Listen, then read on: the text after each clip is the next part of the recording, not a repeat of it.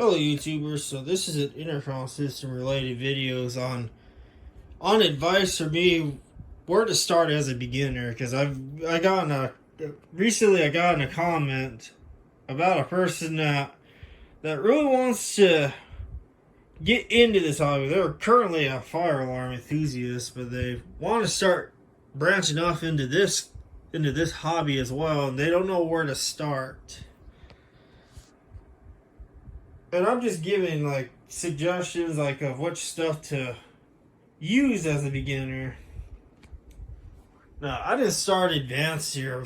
Way back when I started with the basics. It started off with the phone and stereo systems and whatnot, connecting everything together to make it all, one whole system. So this part here I'm gonna cover the phone, and then I'll go on to the next thing. So you got your typical landline phone, as you can see, basic. Pick up, do your little thing, and you can pick up and do dial tones. This is basic, and I will cover the whole main part in another video, but I kind of will briefly show it here. So this is the diagram. I explained this in the other video. I'll put a link in the description to that video. Here's my setup going on here. This is basic. This is basically the UTI one, but the very basic version, we'll call it. Phone line going to that phone. Because right now, for something like this, yeah, for a beginner, this is not bad for a beginner either. If you use the override, this is assuming you have no phone system to use the station port with.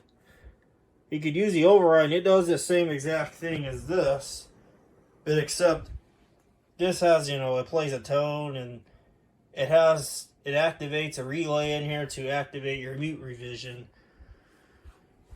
Like I said, these are kind of expensive, and maybe you'll work your way up to one of these in the future. Now this, if you stumble across one of these for dirt cheap, I would tell you to stay away from this as a beginner, because there's a lot of stuff to consider. Like, you got all these dip switches you have to figure out, punch down blocks, and you need a phone system to activate this. Versus this, you could just use the override to bypass all that. But as far as that goes, start with this. And then the other part of the video is, the other part of this is the amplifiers. Which amps to choose and what to start with. There's kind of two things I would look at. Are you going to plan on expanding, or are you going to keep this limited to a small system?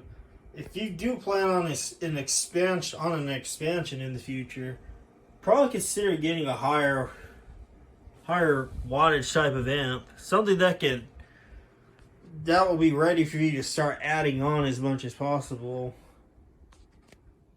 Now there's so many varieties out on the market.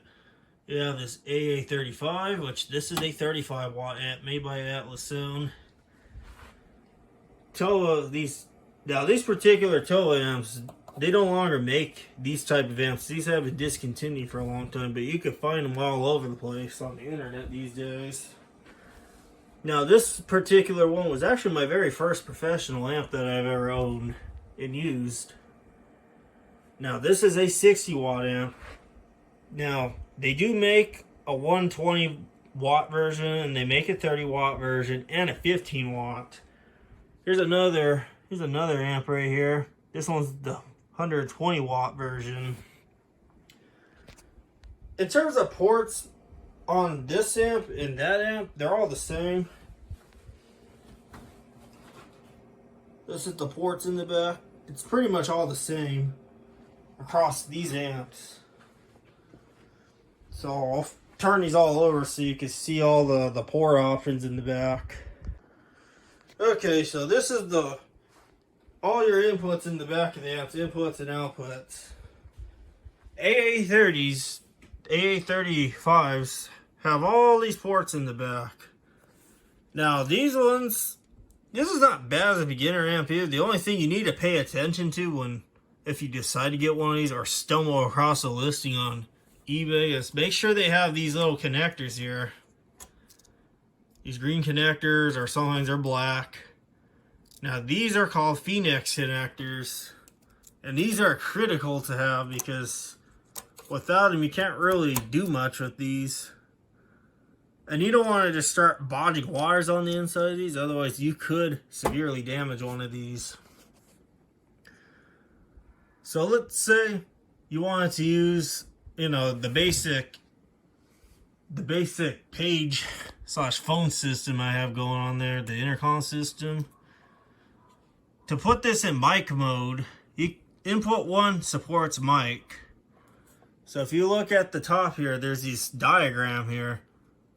Now in this case, go down 7, and then you're going to see input 1. You'll see line / tel and mic. If you need to flip this into mic, you simply flip 7 down. Like that. And now I'll put it in mic mode just for this input to take that low level output and kind of make it a little bit more, it kind of boost it a little bit, give it a boost. Now when connecting that kind of stuff, always make sure your volume controls are turned all the way down. Don't just leave it midway or none of that, because if you do that, sometimes the gain is too high and you could have too much feedback. Same with here.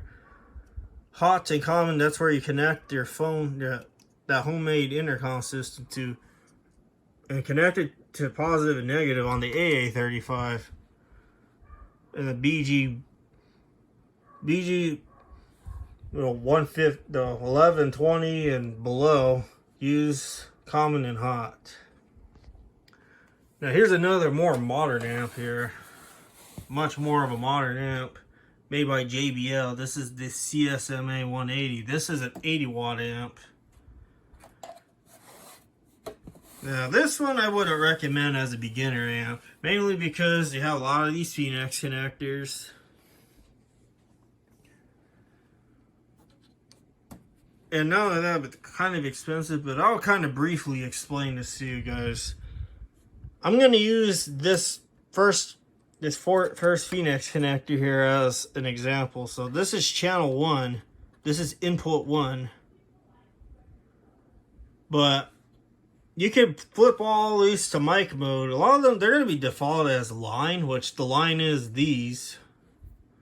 But if you need to flip it to mic, you just flip. So let's say I want to choose this one here. I'll put it back to line. Simply flip it into mic. And this second pin and third pin, that's the positive and negative.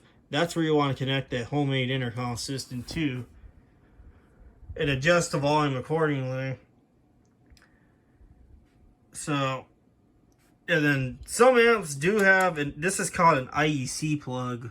The same type of plug you find in the back of any desktop computer or desktop monitor. Same cord, in case you're wondering. And yeah, this is not a bad amp, but I would recommend just sticking with Atlas AA series amps, not the AA30 PhD, none of the PhDs. Stick with the older ones, AA35s, AA120s, I believe AA60. They're perfect for beginners, or the TOA integrated amps, such as, you know, the BG 1160s, not 1160s, 1060, 1030, 1015, and 1120. Stick with those amps. These are great for beginners. Now, you could also get a Bogan Classic series if you wish. It will do the same thing, but that's just depending on what you want. And then the other third thing is speakers. Every speaker is different with their tap configurations now. Let's say you recently got a hold of a bunch of these type of speakers, these fancier ones. Some have wires and some don't. Some just have two terminals on the back that, to connect your line to. But some will have this little tap dial wheel like this. And see on the left, some will say 70 volts, some will say 100 volts. Now, for the sake of this video, stick with 70. Because that's assuming you bought yourself a 70 volt amp.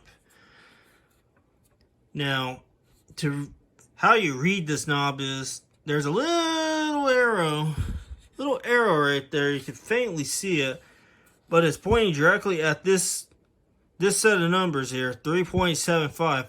That's how many watts this will use on 70 volts. And the 100 volts, on the 100 volt side, it would use 7.5 watts. That's how you read these dials. Every speaker is different. Some of them are going to have an 8 ohm bypass, as you can see here. Before you start throwing things together, always triple check your work. Make sure you don't have 8 ohms accidentally, 8 ohm bypass on. Because if you connect this to the 8 ohm, if you connect this to the 70 volt side, while in 8 ohms, you could damage this and damage your amp in the process. If you're not careful and you're a little bit reckless. And then like these ones here, they're different. These ones you have to manually select wires, which a lot of these will have a little diagram or a little label in the back of which color wires are what, which I'll probably show you guys some pictures of some in a little bit on the computer. Now, in terms of wire, you don't really need to go crazy with wire. You could use something simple as Cat5. A lot of installations do use Cat5. You could use security system cable, like this 2-conductor one. I bought a couple big boxes of these from Amazon in the past. This is just a spool of security cable. You could use doorbell wire. If you have a bunch of extension cords and lying around, you could chop the little ends off and use the wire by itself as something to get started. Or you could use your regular old AV speaker wire that you use for an entertainment system. That will also work, no problems. Here's a couple of examples of two different intercom speakers made by two different manufacturers. So the one on the left is the G161-8, made by Atlas Sound. And then here's a Quantum C10 series here. So this black wire, you see, that's always going to be used. That is your common. And then these rests are essentially just positive. This is all your 70 volt lines. This is what you connect to the 70 volt output in the back of your amp. So like, that's where you connect all those other color wires. See, this and black is always used here on common. Which this brown here is going to be 4 watts, at least with this particular one. And then red is usually 2 watts. Every manufacturer is going to have a different set of colors with their wires. Now this Atlas Sound speaker here, of course you use black as common like always. And I know for a fact this one here, which I can kind of see down here, that you're going to want to use brown for the 70 volt side at 4 watts. Now this one can support 70 volts and 25 volts. And then if you did connect this to the 25 volt side, this little white wire with the green stripe on it, that's your 4 watts at 25 volts. Now Atlas, if you buy an older speaker from Atlas Sound, like from the 80s, their coloring scheme is a little weird, because some of these have, some of the older ones, they have the red one set for common, and then and then the brown wire was like 4 watts. It's a little weird. That's how they did it back then. That's if you get your hands on a bunch of older Atlas sound speakers. Okay, so I'm back here with the Atlas horn. Atlas APF 15T horns. Most horns are going to have a dial on the side, either a plastic one or a metallic-y looking one. Most of them are going to have generally a similar looking tap chart in the back, just like this. But let's say I wanted to set this to 7.5 watts. Now this arrow right now is pointing out 1, which means that, which according to this tap chart, I'm using 1 watt on this right now on the amplifier. And this will generally point out the number, but judging by that chart, if I wanted to set it to 7.5 watts, it's just before the last one on the dial. So I usually point it to 8, and then I set it to 8 and then go back 1. So yeah, like that. So it's at 8 and go back 1. That's how I would start. Now, here's generally what in terms of horns, if you want to have a mixed system, I usually set these all at 4 watts, the maximum. But with the horns, I set them to 7.5 because that's where I find they're equal at. And some will have just a physical knob like this one here, and this one's at 8 watts. This is at 8, and this one's at 4. That's how much, so 12 watts between the two is how much it's using on this amp right now. It's not a bad hobby. If you guys are, this is a great hobby to get into. You can have a little fun. You can connect stuff like this. Something that you would never find in the wild at a retail store. Most retail stores will use streaming devices anyways to drive their system. If you guys are phone hunting in particular, like hunting for phones, and I have seen some interesting phones pop up, at least at the Goodwill, but if you guys happen to source your phones from thrift stores and you see one of these, especially as a beginner, you may think like, oh, it uses a landline plug. That means I could plug it into just an active phone line. No, you don't want to do that. Not with these ones. It may use the same plug, but these do not use analog signal. This particular one does not use analog. This one uses a digital signal from the PBX, which this one happens to be on a Nortel Meridian 6x16 phone system. If you connect this to an active phone line, you're going to damage this, in addition to creating a whole bunch of issues with your phone lines in the process. Again, if you see one of these at a thrift store during your journey of building the system, avoid these unless you have the phone system and have the experience of working with the system. Again, this is assuming you guys are keeping it basic. I would stay away from these if you're keeping it very simple and just stick with a landline phone like this. It could be just your regular desktop phone, or it can be one of these wireless headset phones, these wireless phones. These will work as well with the setup, but no problems. If you really want to get clever too, I know VTech makes these phones, but they have like 2 other phones that I guess wirelessly connect back to this. That type of system will work with this with no problem either. So you could get 3 onto 1 line if you wish. If you guys wish to have that type of setup, but keeping it basic and cost effective. And then this is the last part of the video here, which is about covering audio devices such as this CD player.